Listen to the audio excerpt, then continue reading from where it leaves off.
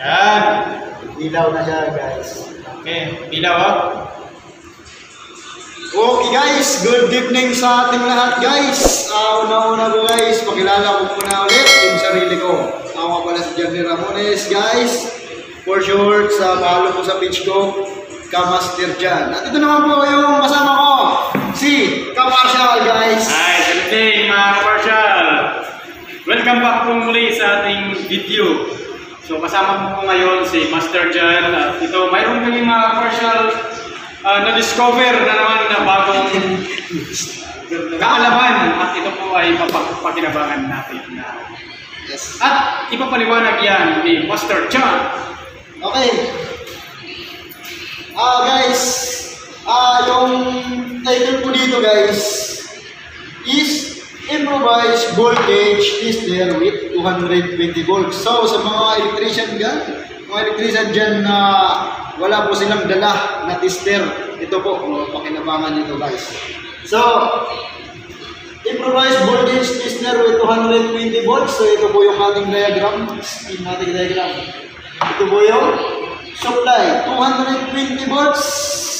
Asa na yun? Sir, yung resistor. So guys, ito yung ating 220 volts supply. Then si resistor, ito po, ipapakita ko sa inyo yung resistor. So meron po siyang blue, gray, red, and gold. So may mga value po ito guys. Ito po, yung symbol niya. Then kasunod po is yung indicator lamp with 20 milliampere. So guys, ito po, ano lang po siya, complete circuit sa kaman. So complete circuit, hit ground. So guys, maalaman po natin to guys sa actual na ipapakita ni Kamarshal. Ayan, Kamarshal, magandang gabi. Salamat kay Master Jan at siya yung nagpaliwanag dito mga Kamarshal. Ito pong aming improvised voltage tester with 220 volts. Ito po ay nalaman namin kasi hindi man kami makabili-bili ng tester. Kaya nag-improvise kami mga Kamarshal. Ngayon, pwede natin ito mapakinabangan. Gamit itong aming improvise, malalaman natin na yan ay may voltahe. Yung outlet na yan mga Kamarshal. Kailangan umilaw lang ito. Ano yung kailangan natin gawin? Siyempre, kagaya ng sinulat ni Master Jan na diagram, ay kita natin na yung supply is 220 volts. Kasi tanong po ako sa iyo, Kamarshal. Ito po ito ba, Kamarshal? Pwede ba itong hawakan? Or hindi? Advice natin ba? Yan yung malalaman natin mamaya. Yes. Master Jan, malalaman natin yan mamaya. Pwede ba itong hawakan? Safe ba itong hawakan? Yan yung kapariwanag natin. So, mga Kamarshal, kahit hawakan natin to, safe tayo dito. Kasi duman to sa masusing proseso. Mamit tayo ng computation dito, basic computation. Okay. Para lang ma-come up natin yung required current na pwede lang natin hawakan. Basta wag lang tataas sa 50 milliamp. So ito mga Kamarshal, 50. So, guys, 20 volts yung kailangan natin makita ang voltahe doon sa outlet. Kailangan makita natin na yung outlet may voltahe. Okay, maligtaran yung mga Kamarshal. Gamit to, malalaman natin yung outlet may voltahe. Ganun pa rin.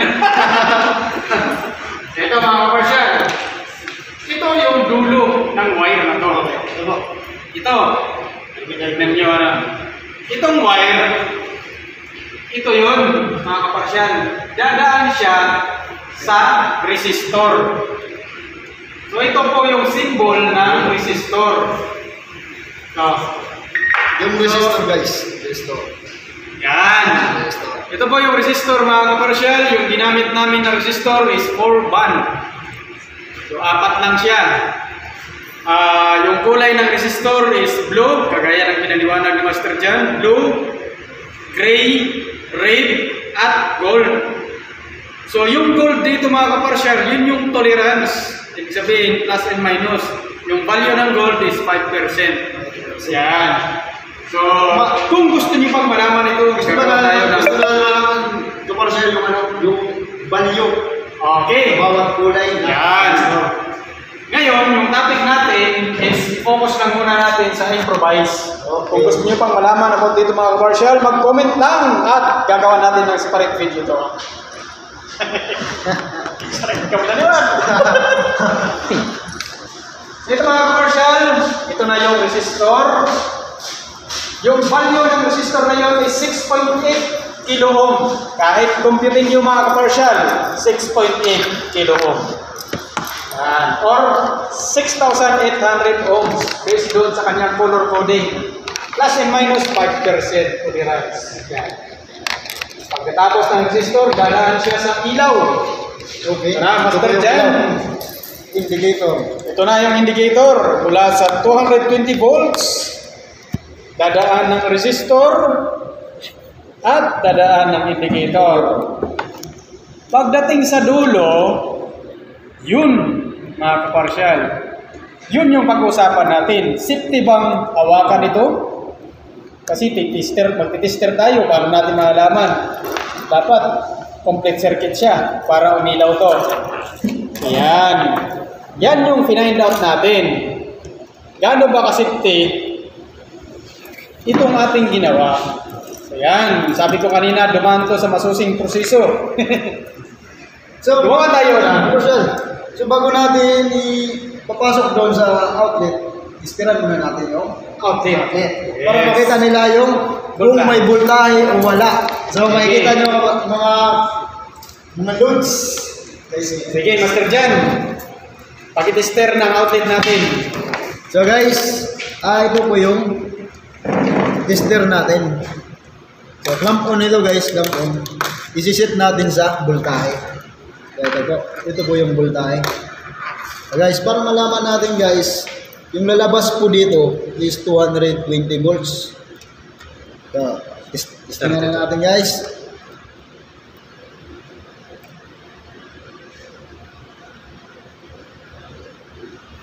Wala.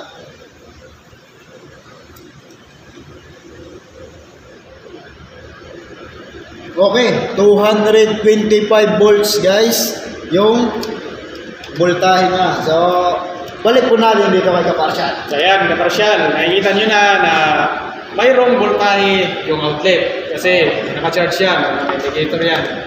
220 volts. Yun yung aalamin natin ngayon. For example, wala kang tester, mayroon kang ganito, testerin mo yung outlet, siyempre, kailangan umilaw yung indicator.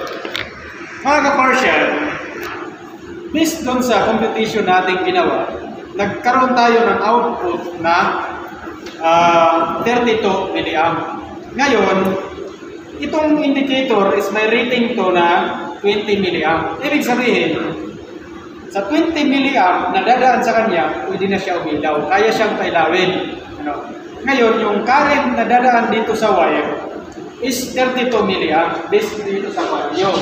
Kung i-compute natin. Kung gusto nyo malaman yung computation yan, gagawa tayo ng separate video. Focus muna tayo dito. Kaparsyal. Wala. Ito, kaparsyal. Kailangan complete circuit para gumana siya. Ngayon, kukumpletuhin natin yan gamit yung ating kamay. Ibig sabihin, tayo yung magiging Mahawakan natin. circuit. Hawakan natin mga kaparsyal. Yan, masarap yan. Hawakan natin para umilaw to. Tayo kasi mayroon tayong 50 ohms yung resistance natin. Ibig sabihin, yung 6.8 kilo ohm, ipa-plus mo pa sa 50, magiging 6,850 ohms. Tapos, yung voltage na 225 volts, yung in-measure natin, 225 volts, i-divide mo yun sa 6,850. So, yun yung magiging value niya. Yun yung dadaan na ampere dito, o current in milliamp. Kaya, dapat umilaw to. Mga kaparsyal, dapat iilaw siya. Yung natin yung ilaw para makita. Huwag muna natin guys, Yan, para makita yan. kung hinahawakan. So, ngayon guys, hindi ko na umiilaw. Yan, umiilaw na commercial, oh. So, Pakita sa hawakan natin, umiilaw. Tapos, yan. Pwede ba umawa ka Marshall? Pwede ka, Marshall. Pwede. Kita na guys ha? Hawakan ko na guys ha? Yan. Okay, umiilaw ka, Marshall. Umiilaw. Umiilaw. So, yun lang ba kasunod? Okay. So, bakit nga ba hindi tayo nakukuryente mga kaparsyal? Alam nyo kaparsyal, yung dumadaan na current dito is maliit lang ba? Okay. Wag na. So, yan kaparsyal, ano? Umiilaw siya. Mantan, Master Jan. Okay. Balik ko muna. Sige, ito. Ano, Sige. ibabalik ko ba? Okay, balik. Balik. Yun. Yan. Ilaw na siya guys. Okay, ilaw oh. So, ganyan tayo mag-tester mga kamarsyal. So, safety siyang hawakan. Oh, yeah. Dito ka lang humawak. Huwag dito. Patay tayo. Ito mga kamarsyal, for safety reminders, ano, mga kamarsyal, itong area na to ay pinalutan natin. Kasi hindi natin pwedeng hawakan to. Dito lang tayo pwedeng humawak. Okay. Yan. Para makomplete lang yung circuit. So, mas maganda kung mayroon kayong mas maliit-liit na indicator lang. Mas klaro yung ilaw niya. Ngayon, ito lang yung available namin dito. Kaya ito lang yung na-demo natin sa inyo. Pero, malaking gamit ito para sa inyo. Di ba, Master Jan? Yes! So, yun lang po guys. Salamat. May natutunan na tayo ulit. Sa sunod na video, malaman natin ang computation nito. Kung ilan yung pumapasok dito sa ating improvised voltage tester with 220 volts. At siyempre, hindi lang yan mga kaparsyal. Gagawa kami ng tutorial about dito. Paano ito ginawa? Yes. Yan, malalaman nyo paano natin kinonekta yan. At siyempre, hanggang sa testing natin. So yan, marami kayong matutunan dito mga kaparsyal. Kaya huwag na magkatabili. Paano na? Partial TV. At siyempre, Master Jan, sabi ni Shoutout muna sa followers. Shoutout muna ako. Shoutout niya pala kay Boss Ian Francisco. Salamat po sa gusto ng pakabait. Ayos. Pakabait ko. Ayos yan, kaparsyal. Ayos. Sabi na shout out ko lang. Shout out ko niya. Ayos. Dahil sa business niya, yung Anton's White. Uy. Diyan sa Rawis lang. Diyan sa Rawis. Okay. Gusto niyo mapagawa? Very good. Ano na? Shoutout din mga kaparsyal sa aming mga sama. Vincent Kilantang, yan, cameraman namin. At siyempre, Jericho. Noronha. Yun. Ayos. Yan po guys. Thank you. Follow and share. And subscribe. Kaparsyal TV. Master Jan, RPE. Yan na po. Thank you.